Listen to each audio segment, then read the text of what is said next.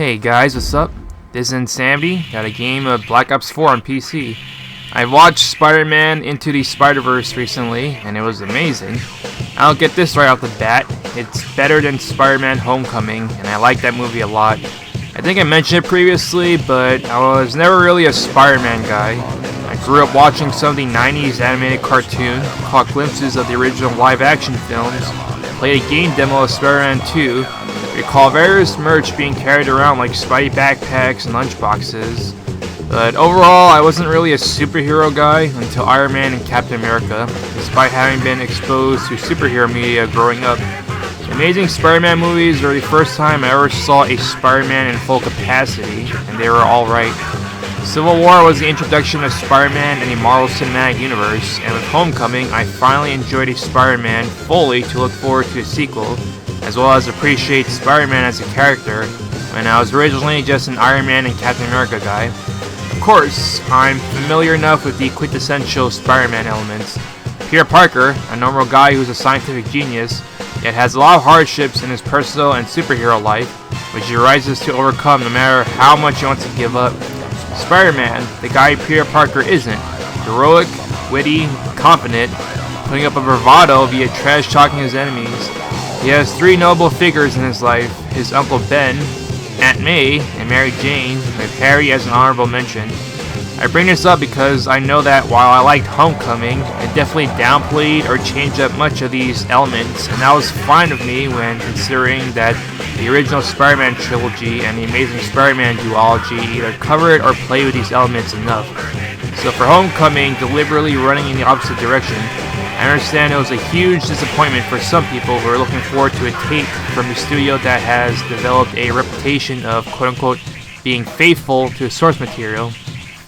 Whether being different for the sake of different, I think with Into the Spiderverse, the idea of a different enough take on Spider-Man is certainly no less valid, and in many respects, Spiderverse is a more faithful take on a Spider-Man mythos despite literally starring a different Spider-Man than Homecoming. Spiderverse is the origin story of Miles Morales, and the typical Spider-Man elements are there: a spider bite, the death of a family member, the importance of a family member, some romance, learning how to use super abilities effectively, and gaining the courage to never back down from hardships, no matter how much you want to give up. Of course, a lot of these elements are rearranged in Miles' origin story for his movie. The spider bite isn't in some scientific place, but in a random underground area. There's two Uncle Bens for Miles, which includes the Peter Parker in Miles' universe and Miles' actual Uncle Aaron. Miles' father functions as a Aunt May of sorts to Miles. Spider-Gwen is a romantic interest for Miles as opposed to a normal Mary Jane-ish civilian. And Miles gets a mentor and some hands-on spider training with alternate universe spider people. Regardless of the differences between Miles and Peter Parker in regards to Spider-Man origins, Spiderverse is a very faithful Spider-Man story, and that might be a godsend for those who didn't like Homecoming, but wanted a Spider-Man story that wasn't merely okay like the Amazing Spider-Man films. It's both also hilarious and heartfelt, which is to be expected when you had the people behind 21 Jump Street and the Lego Movie for his film.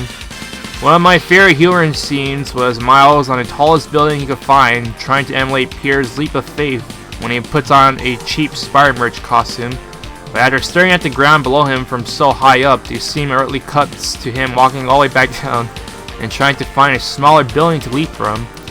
One particular emotional moment I actually found a bit kind of hilarious in that it's sort of a meta parody on how superhero origins usually involve the death of someone important to a superhero as a catalyst for their superheroism.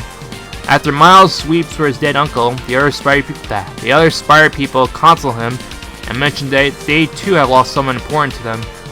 However, earlier in the film, each of these new Spider people introduce themselves by giving a quick rundown of their origins and quickly gloss it over as if it's no big deal. So that's an emotional moment for Miles, but for all the other Spider people in the room, it's like, yeah, we've been there before, but it's kind of old news. So the humor is great. One thing you've probably heard a lot of raving about is the animation style for his movie. Not only is it very unique, they do their best to essentially animate a comic book. It's not bringing a comic to life, let's literally take a comic book and make the images actually move without losing the comic book look. Some of the ways they do this include having actual panels and dialogue boxes, but even the animation is deliberately sort of choppy at times to feel as if the only reason for movements is if you turn the page on a comic book, or even doing the animation through a flip book. Combined with the art style, which is also reasonably pleasant without falling into a sort of Tim Burton-esque look, full of vibrant colors, and you have a great animated movie that's certainly very different to usual Disney/Pixar animations that even other animated movie studios seemingly use as a standard. The action is pretty neat, and the concept of a multiverse with various alternate versions of certain characters is unexplored territory for superhero movies. Most of the above gives what would otherwise be the usual Spider origin story a completely fresh makeover, and keeps it both engaging and interesting. One other notable thing about this movie is the usage of multiple Spider-Man villains, most of them actually being top-tier villains for Spidey, including Kingpin, Green Goblin, and a female version of Dr. Octopus, plus lesser villains like Prowler, Tombstone, and Scorpion. For Spider-Man movies in general, very rarely do you get a villain ensemble of the biggest villains all together in one movie, especially since they usually try to save some for later movies so as to not blow their entire load all at once. Kingpin is still the main villain in spite of featuring Green Goblin and Doc Ock, and they all serve their roles pretty well, with Tombstone, Scorpion, and Prowler being all muscle. Doc Ock, or female Doc Ock rather, facilitating the multiverse, which is a key to Kingpin's plan, and Green Goblin being a starter villain which facilitates Miles' meeting with the Peter Parker of his own universe. I think that was a great usage of them, and they get enough screen time without taking away from Miles as a character. However, I think that I want to say one point against the movie is that the villains aren't that great despite featuring the biggest baddies for Spidey.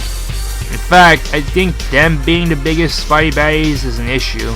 One reason I liked Homecoming, and a point I feel is in its favor over Spiderverse, is that the villains were interesting. They were underdogs in a world that's rapidly changed with the introduction of all these fantastical elements like aliens and gods, and Vulture was both likable and a menace. Vulture in the comics is not considered a top-tier Spidey villain, but Homecoming offered a take that people were receptive to. The villains in Spiderverse were definitely physical threats, and while they're all under Kingpin's employment, with only Kingpin and female Doc Ock to some extent having story threads, I didn't really find them interesting. The movie's main selling point being multiverse Spider people didn't help either. I enjoyed the movie for Miles in addition to all the Spider-related characters, and the villains were just there as imposing forces, despite the idea of multiple top-tier Spidey villains being together on screen, being sound on paper. It's very funny if you recall the too many villains complaint, which was a criticism leveled against Spider-Man 3 and The Amazing Spider-Man 2. The complaint being that there were too many villains competing for screen time and story threads. In this case, I think it would have helped having fewer villains, and certainly having lesser ones than using the big ones like Kingpin, so that the fact that the villains in this movie get overshadowed by all these Spider people stings a little less. I think Prowler was a strong mercenary for hire villain, and Doc Ock was pretty good, but otherwise they should have used a lesser Spidey baddie as the main villain. It's a small blight in an otherwise amazing movie, and a movie that's a love letter to Spider-Man in general. For a sequel, which will be pretty damn certain given the critical reception to this one, it will certainly be interesting to see where they'll take Miles' story next. His romance with Spider-Gwen will be one aspect of it, but I wonder if they'll try and downplay the multiverse concept if it means they can focus strictly on Miles with no other Spider people running around. Anyway, the movie is amazing for what seems to have been said for about the 5th time, and it's a 9 out of 10 from me. That's the gameplay and commentary. Hope you enjoyed it, and Insanity is out. Adios, amigo. Rest in peace.